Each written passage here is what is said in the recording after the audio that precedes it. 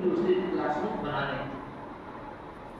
All schools in India and Indian education system as a whole need to implement an inclusive approach. LCF 2005 में भी इसकी चर्चा की गई है, NEP 2020 में भी इसकी चर्चा की गई है। जो पॉलिसी डॉक्यूमेंट्स हैं उसको हमको पढ़ना है और वो उसकी इम्प्लीमेंटेशन में अपना रोल इंश्योर करना है। स्कूल बेस्ड सपोर्ट सिस्टम और support team which should devise the tactics and guarantee learning। क्या इनोवेशन को कुछ इस दिशा में भी हमको मदद देने की जरूरत है। कुछ नए नए गैजेट्स जो हेल्पफुल हों उसको हम लोग प्रोक्योर करें, उसको हम लोग परचेज करें संस्थागत स्तर पर और उसका सहयोग लें, सीखने में बच्चों को सिखाएं। इसके बाद है पैरेंटल इंटरटेनमेंट। कहता है कि जब तक के अभिभावक की सहभागिता नहीं, जब तक के अभिभावक की इच्छा शक्ति नहीं हो, तब तक के हम लोग उनके बच्चों के साथ नहीं खड़े सकते।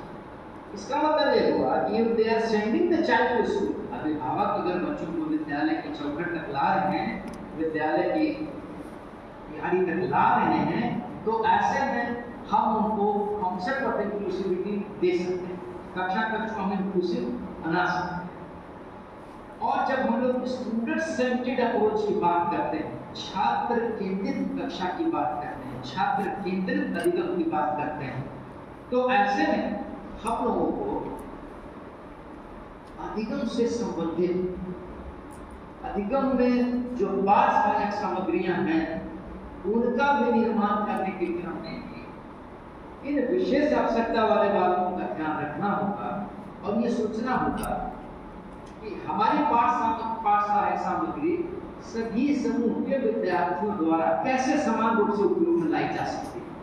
तो you need to design it in such a way so that it could be utilized by सभी लोग उसका प्रयोग कर सकें, सभी लोग उसका उपयोग कर सकें, उसका निर्माण इस प्रकार से करना है। अच्छा, अब आइए हम लोग चर्चा को कर रहे हैं उसी को आगे लेकर चले। ये सुझाव क्या क्या है, सजेशन क्या क्या है, किसी भी सेमिनार या किसी भी लेक्चर का हम लोग ये जो ब्राइट एस्पेक्ट है वो ये है कि व्हाट आर द रिकमेंडेशंस, भाई what are the outcomes. Class में भी आप जाते हैं तो आप लर्निंग आउटकम्स आप भी जाते हैं, मैं ये लर्निंग आउटकम है या क्लास प्रेजेंटेट कर लेना। तो ठीक उसी तरह से दोस्तों हम सजेशंस आपसे साझा कर रहे हैं जिसको आप देखेंगे और समझने का प्रयास करेंगे। डाइवर्स करिकुलम, अभी का जो करिकुलम है उसमें इंक्लूसिविटी को उतना स्थान नहीं दिया गया जितना दिया जाना चाहिए। तो या तो जो बना हुआ करिकुलम है उसी में इंक्लूसिविटी को इंट्रोड्यूस कर लें और ये इंक्लूजन को ऐसे नया कॉन्सेप्ट लेकर आए ताकि सारे विद्यार्थियों की समस्या उसमें दूर हो सके। दूसरा प्रोफेशनल डेवलपमेंट कहता है कि इससे हमारे अंदर प्रोफेशनल कॉम्पिटेंसी का डेवलपमेंट और प्रोफेशनल कॉम्पिटेंसी के डेवलपमेंट के लिए आवश्यक है कि आवेदन को फुल एक्सरसाइज किया जाए ताकि प्रोफेशनल कॉम्पिटेंसी को विद्यार्थियों के अंदर सही में इंटरप्रेट किया जा सके, आज जो सही में उसके अंदर जाना जा सके। इंडिविजुअलाइज्ड लर्निंग अभी की बहुत डिफिकल्ट कॉन्सेप्ट है और बहुत ही हाईली अफोर्डेबल कॉन्सेप्ट इंडिविजुअलाइज्ड। अब इंडिविजुअलाइज करने में हमको ये तय करना होगा कि एजुकेशन सिस्टम जो है हमारा जो सिलेबस है, हमारा जो करिकुलम है, ये कॉमन होगा या अलग है।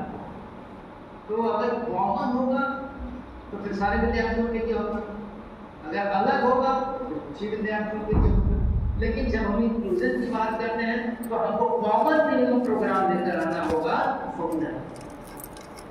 Individual education plan, differential instructions, assertive some flexible techniques, ये उन विद्यार्थियों के हित के लिए, उन विद्यार्थियों की श्रेणी के लिए हमको डिसाइड करना पड़ेगा, सोचना पड़ेगा और accordingly we have to prepare some strategies. उनसे संबंधित हम लोगों को कुछ रणनीति बनानी होगी। तो स्टीरियोटाइप मेथड से इनको छोड़ना होगा, इनोवेशन की राह पर चलना होगा। अगर वास्तव में हमको एक इंक्लूसिव एनवायरनमेंट क्रिएट करना है, उनके अंदर अगर एक समावेशी माहौल बनाना है, इंक्लूसिव पॉलिसीज, देखिए कुछ तो पॉलिसी डॉक्यूमेंट आए, PWD एक्ट आया और बहुत सारे एक्ट आए,